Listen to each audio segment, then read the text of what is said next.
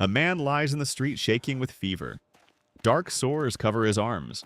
No one in Athens will touch him. Beside him, a pyre burns out of control. The family who lit it is already dead. Strangers add their own. Doctors kneel over the dying, but the doctors themselves are sick. By morning, half of them will be gone. This is not a city at war.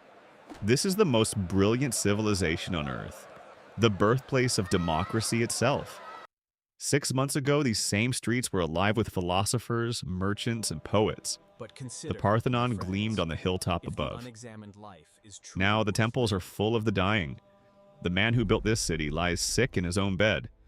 This is the story of how one summer destroyed the golden age of Greece, and no one saw it coming. To understand what was lost, you first have to see what Athens looked like before everything fell apart. The year is 431 BC. Athens is the intellectual capital of the known world. Nothing else comes close.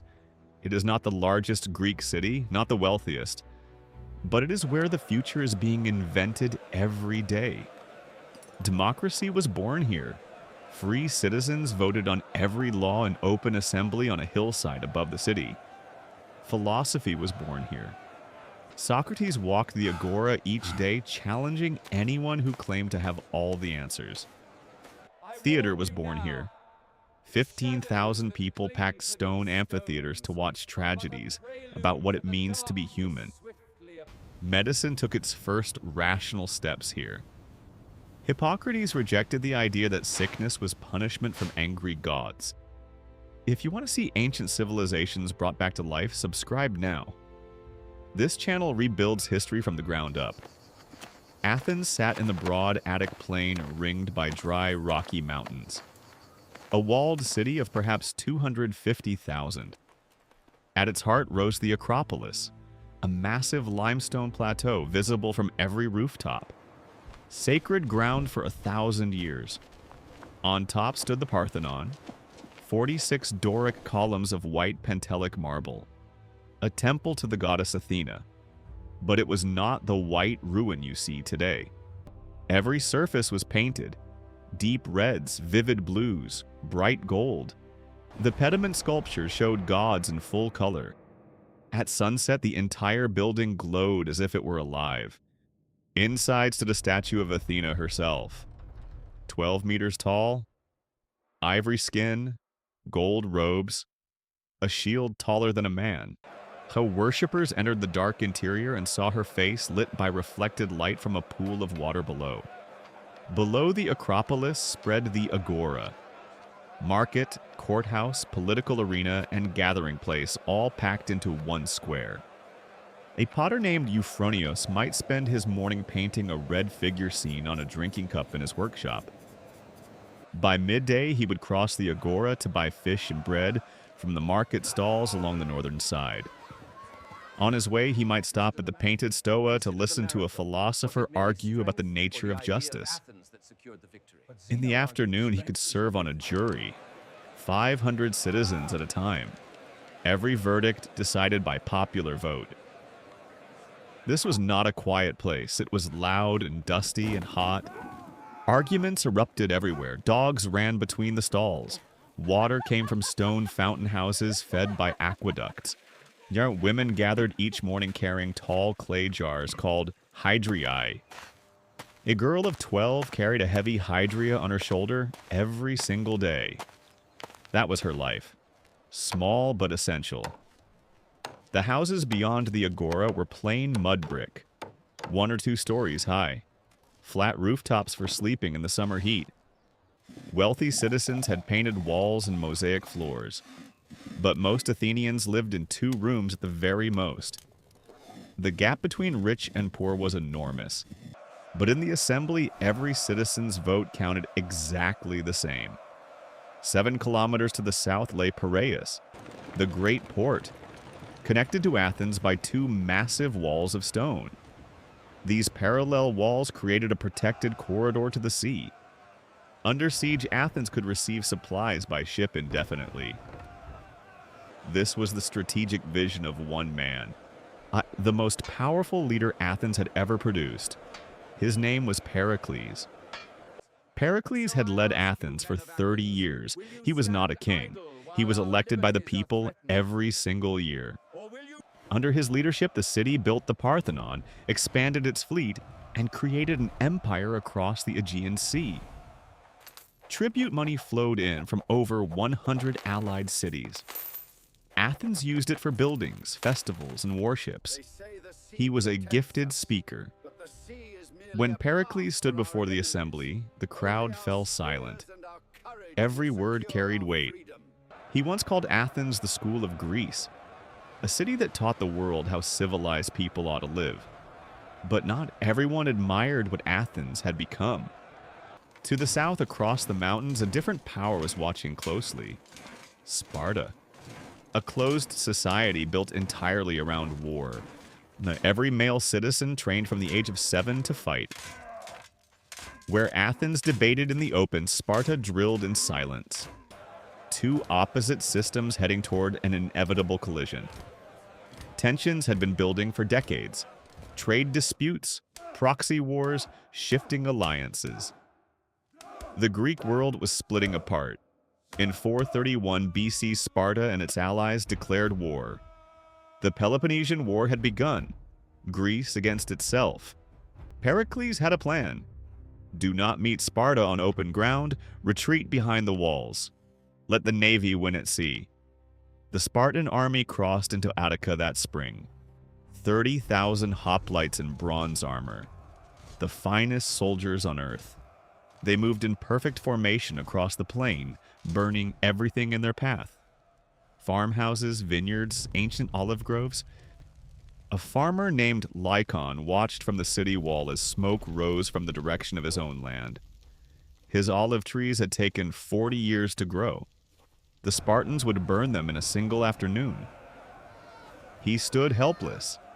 Pericles had ordered the entire rural population inside the walls.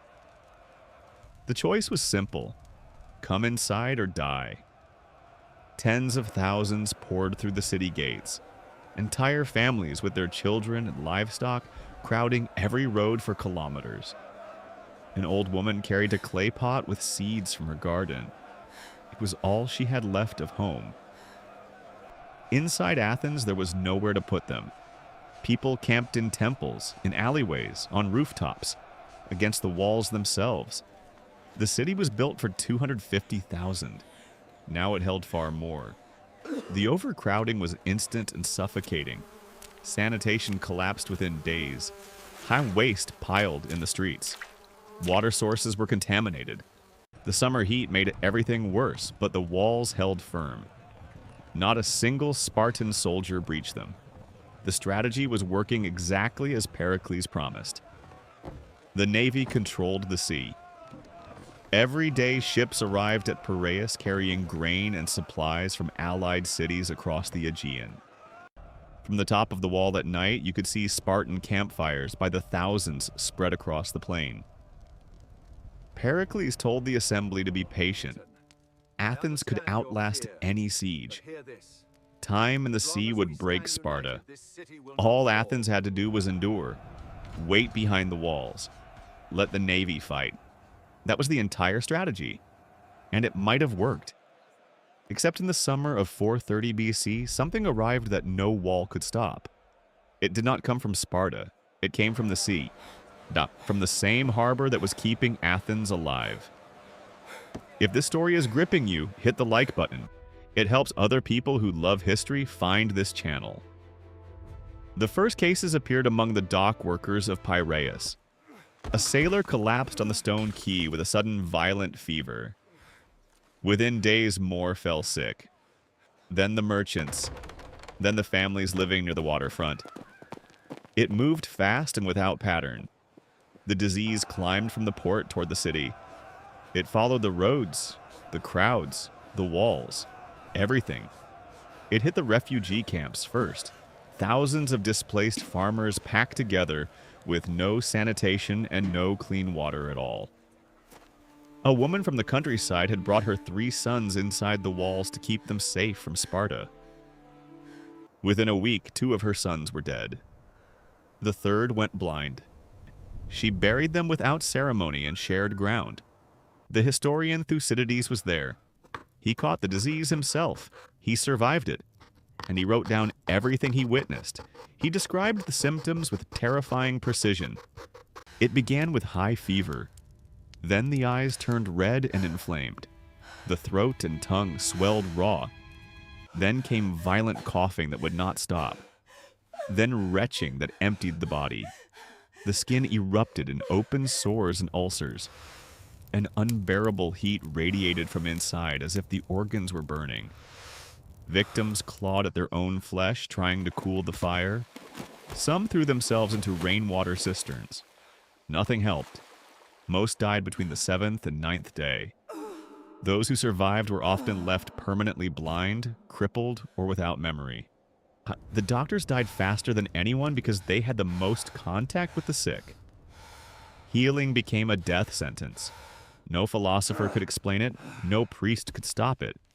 The most educated city in the world had no answers. Thucydides saw something that disturbed him even more than the physical suffering. The total moral collapse that followed the dying. People stopped burying the dead with proper rites. Sacred funeral customs that had lasted centuries were abandoned within weeks. Families threw their dead onto pyres that belonged to strangers. Fights erupted over the right to burn a loved one. Temples filled with the sick and the dying. Priests could not keep them out. Sacred spaces became desperate hospitals. Prayers went unanswered. Offerings and sacrifices produced nothing. The entire religious framework of Athenian life was cracking apart. If the gods would not protect the faithful, then why bother being faithful? That question echoed through every street. Law enforcement collapsed. There were not enough magistrates alive to hold trials. Not enough guards to keep any order. Citizens who had been respectable weeks before now drank in the streets and spent their savings with wild abandon. Why save for the future when there was no future? Why follow rules when the people enforcing them were dead? Thucydides called it a total abandonment of honor and law. Athens became unrecognizable to its own surviving citizens. A wealthy merchant opened his doors and let strangers take whatever they wanted. He expected to be dead by morning. A soldier who had fought bravely for Athens threw his shield into the harbor and walked away from his post. The plague killed without any logic. Rich and poor, citizen and slave, soldier and philosopher. No one was safe. A general who had fought at Marathon could die beside a slave who had never held a weapon in life. The disease did not care about your education, or your bloodline, or your service to the city. It simply killed. The overcrowding that Pericles ordered had created perfect conditions for the disease to spread. The camps were death traps now. The walls that protected Athens from Sparta had trapped its people inside with something far worse than any foreign army. The fortress had become a cage, and inside that cage, roughly 1 in 3 Athenians was going to die. And then the plague reached the household of Pericles himself. It took his sister first, then his eldest son. His second son died within days of the first. Pericles buried them both according to what remained of proper custom. The man who held Athens together for 30 years was breaking apart, but the city still needed him to lead. His political enemies attacked him. They blamed the strategy. They blamed the overcrowding. They blamed everything on one man. The assembly put him on trial and found him guilty. The architect of Athenian greatness cast aside by a terrified mob. Weeks later, the assembly reversed course and reinstated him. But by then, Pericles himself was showing symptoms of the plague. In the autumn of 429 BC, the most powerful man in Athens lay dying of the same disease. Wirt's friends gathered at his bedside and praised his military victories and his great buildings. He stopped them with one sentence. He said the thing he was most proud of was that no Athenian ever had to wear mourning because of him. Within days, he was dead. And with him died the last rational mind steering Athens through the storm. Demagogues filled the vacuum immediately. Angry men who used fear and blame instead of strategy and patience, The careful plan of waiting behind the walls was abandoned. Athens began launching reckless military campaigns born from desperation. A politician named Cleon pushed for brutality against allies who wavered. Another named Alcibiades proposed invading distant Sicily. The Sicilian expedition of 415 BC was catastrophic. Athens lost 200 ships and 40,000 men in one campaign. The plague returned twice more in the following years. Each wave ground down whatever strength the city had managed to rebuild. Modern historians estimate the plague killed between 75 and 100,000 people, roughly one-third of Athens. The army that once terrified Persia was gutted, not by enemy spears, but by a disease no one could treat. Athens fought on for 26 more years after the plague began, but the Golden Age was already dead. The navy that once ruled the Aegean shrank year after year. Allies defected. Resources dwindled. The money simply ran out. In 404 BC, it ended. The fleet was destroyed at Aegospotami. Athens had nothing left to fight with. Athens surrendered to Sparta. The terms were brutal and humiliating. Tear down the long walls. Hand over the remaining ships. The long walls were demolished to the sound of flute music. Spartan allies danced and celebrated the fall of a rival. Some cities demanded that Athens be destroyed completely, razed to the ground. Its entire population sold into slavery. Sparta refused. They said they would not destroy a city that had done so much for all of Greece. Even the enemy recognized that some things are too important to erase. Even in total victory, there are limits. A brutal oligarchy seized power in Athens. 30 tyrants ruled through fear and political murder for 8 months. But Athenian citizens overthrew them and restored the democracy. They had invented it, and they refused to let it die. The plague was the turning point. Not Sparta, not the war. Without the plague, Pericles survives. The strategy holds. Might Thucydides understood this better than anyone. He wrote his account not as a medical text, but as a warning. A society that seemed permanent and unbreakable was destroyed from within by something no wall could have stopped. What survived was more important than what was lost. The ideas born in Athens outlived the city that created them. Democracy survived. The belief that citizens should govern themselves vanished for 2,000 years. Then it came roaring back. Philosophy survived. Socrates taught Plato. Plato taught Aristotle. Aristotle shaped Alexander. The chain of ideas never broke. Theater survived. Every play on every stage in the world follows dramatic structures that were first invented right here. Architecture survived. Every government building with columns and a pediment, every courthouse, every parliament, all trace back here. Medicine survived. The way Thucydides described the plague became the model for recording disease for 2,000 years after. The physical city was broken, its walls torn down, its people decimated, its treasury emptied by 3 decades of war. But the ideas born inside those walls traveled further than any Athenian army or navy ever could have reached. Alexander carried Greek thought to Egypt and Persia and the edge of India. Rome absorbed it completely and built upon it. 2,000 years later, men in Philadelphia wrote a constitution inside a building with Doric columns and marble floors. The Parthenon still stands on the Acropolis, damaged by war, weathered by time, stripped of its color. But still there. It is proof that the distance between a golden age and a catastrophe is shorter than anyone wants to believe. If there is another ancient world you want brought back to life, let me know.